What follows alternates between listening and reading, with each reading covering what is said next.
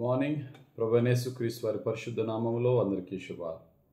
ఈరోజు మన అనుదిన ఆత్మీయ ఆహారంగా తిమోతికి రాసిన 2వ పత్రిక 3వ అధ్యాయము 8వ వచనాన్ని ధ్యానించుకుందాం.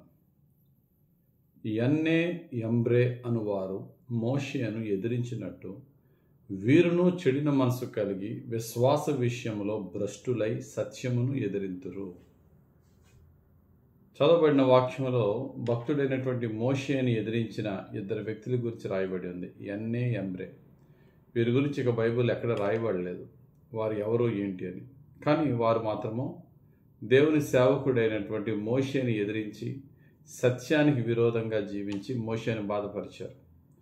మోషేని ఎదిరించి మోషేని బాధపరిచిన వారిని ఎవ్వరిని దేవుడు క్షమించలేదు. సొంత అక్కని కూడా దేవుడు క్షమించకుండా శిక్షించాడు.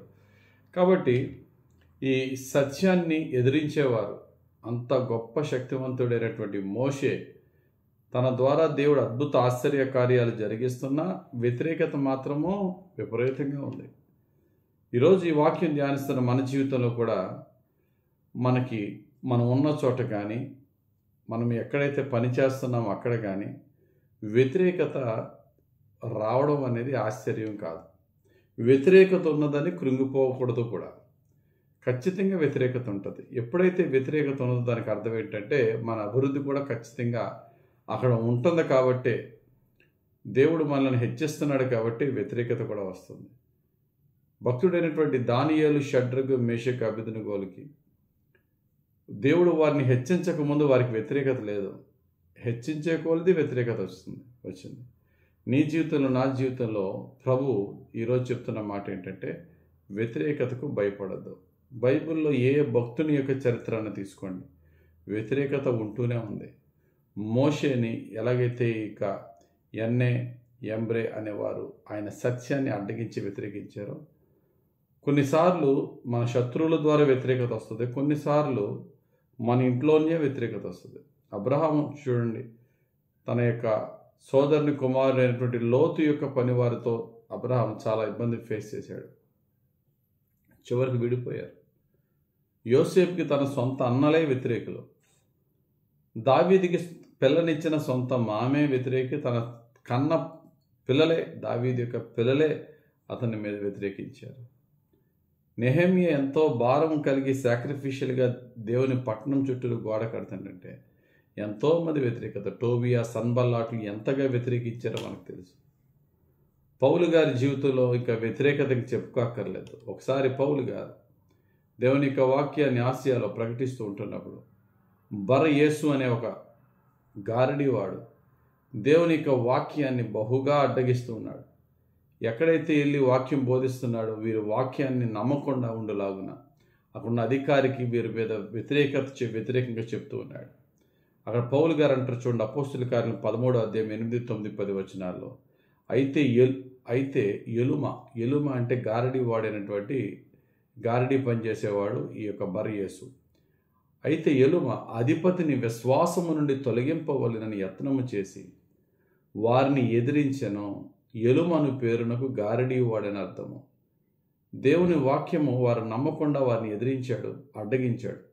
అందుకు పౌలు అనబడిన సౌలు పరిశుద్ధాత్మతో నిండిన వాడై అతన్ని తేరి చూచి సమస్త కపటముతోనూ సమస్త దుర్మార్గముతోనూ నిండినవాడా, అపవాది కుమారుడా, సమస్త నీతికి విరోధి, నీవు ప్రభు యొక్క తిన్నని మార్గములు చెడగొట్టుట మానవా? ప్రభు యొక్క తిన్నని మార్గములను నీవు చెడగొట్టుట మానవా? ఈ రోజున మనం దేవుని బిడ్డలుగా జీవిస్తున్నప్పుడు వ్యతిరేకులు ఎంతోమంది ఉంటారు. మనం చెప్పిన సత్యాన్ని కాదని అసత్యమని, నీతిని కాదని అవినీతిని మనల్ని ఎదిరించేవారు, వ్యతిరేకించేవారు ఎంతోమంది ఉంటారు. యేసు ప్రభుకే ప్రక్కలో నిస్కర్యోతు యోధ ఉన్నాడు. కాబట్టి వీళ్ళందరి జీవితాలు మనం చూసినట్లయితే in midst of all the oppositions God lifted them to the highest level.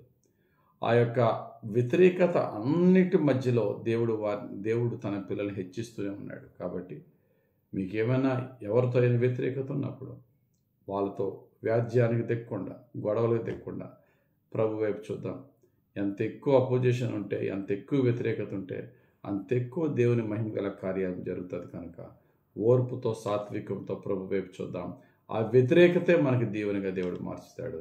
ఏ విధంగా అయితే మొర్దెకైకి వ్యతిరేకత పెరిగింది హామాను, ఎంత ఎక్కువ పెరిగిందో అంత హెచ్చుగా మొర్దెకైని దేవుడు హెచ్చించాడు. ఎంత ఎక్కువగా సౌలు దావీదు మీద కుట్ర చేస్తా అంత ఎక్కువగా దేవుడు దావీదుకి కృప ఇచ్చాడు. ఎంత ఎక్కువగా పౌలు గారు సువార్తను అడ్డగిస్తే అంత ఎక్కువగా సువార్త ప్రబలమైంది.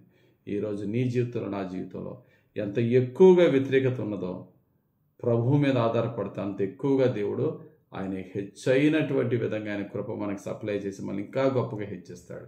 దేవుడి వాక్యం మన జీవితంలో ఫలింపజేయను గాక. ఆమేన్. పరిశుద్ధుడా, ప్రేమ కలిగిన తండ్రి, మీరు ఇచ్చిన వాక్యం బట్టి స్తోత్రాలు. మా వ్యతిరేకులన్నిటిలోనూ నీ వైపు చూసి నీ కృప పొందుకుని, నిన్ను అడిగి నీ శక్తిని పొందుకుని, నీ గొప్ప మహిమైశ్వర్యం పొందుకునే భాగ్యం మాకు దయచేయండి. మమ్మల్ని వ్యతిరేకిస్తున్న వ్యతిరేకతల మధ్యలో, వ్యతిరేకిస్తున్న ప్రజల మధ్యలో నీవే మా తలను పైకి హెచ్చించి మమ్మల్ని దీవించి నీ యొక్క గౌరవ ఘనతతో మమ్మల్ని దీవించమని యేసుక్రీస్తు వారి పరిశుద్ధ నామములో ప్రార్థించి వేడుకొనుచున్నాం తండ్రి. ఆమేన్. తండ్రి యొక్కయు, కుమారుని యొక్కయు, పరిశుద్ధాత్మ దేవుని అభిషేకం మనపై దిగి వచ్చి మనల్ని దీవించును గాక. ఆమేన్. God bless you. Have a very blessed day.